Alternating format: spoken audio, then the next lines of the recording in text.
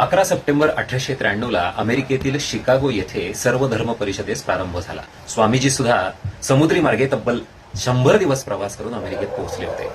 स्वागत झाल्यानंतर काही वक्त्यांची भाषणं झाली आणि स्वामीजींना बोलण्याची संधी देण्यात आली.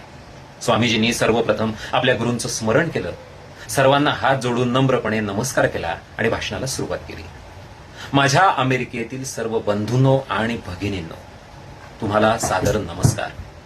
हे वाक्य ऐकताच तेथील उपस्थित श्रोता वर्गाने अक्षरशः टाळ्यांचा गगनभेदी कडकडाट केला. त्यांच्या टाळ्या थांबतच नव्हत्या. इतर वक्त्यांनी आपल्या भाषणाची सुरुवात सभ्य स्त्री पुरुष हो अशी केली होती, पण स्वामीजींच्या या सुरुवातीनं अमेरिकेतील त्या श्रोत्या वर्गाला काहीतरी नवीन दिलं होतं. स्वामीजींची ओळख ही फक्त विश्वबंधुत्वावर विचार व्यक्त करण्याची नव्हे, तर त्यावर कृती करण्याची सुद्धा आहे याची प्रचिती त्यावेळेला श्रोतावर्गाला आली. स्वामीजींचं भाषण प्रचंड गाजलं. स्वामीजींच्या भाषणानंतर हजारो श्रोते स्वामीजींना भेटण्यासाठी व्यासपीठाजवळ येऊ इच्छित होते. पुढील काही दिवसात झालेली स्वामीजींची त्या परिषदेतील भाषणं सुद्धा खूप गाजली. स्वामीजींच्या त्या एका भाषणामुळे अमेरिकेची आणि इतर सर्व देशांची भारताकडे बघण्याची दृष्टी बदलली. हे होते स्वामीजी, अर्थात स्वामी विवेकानंद.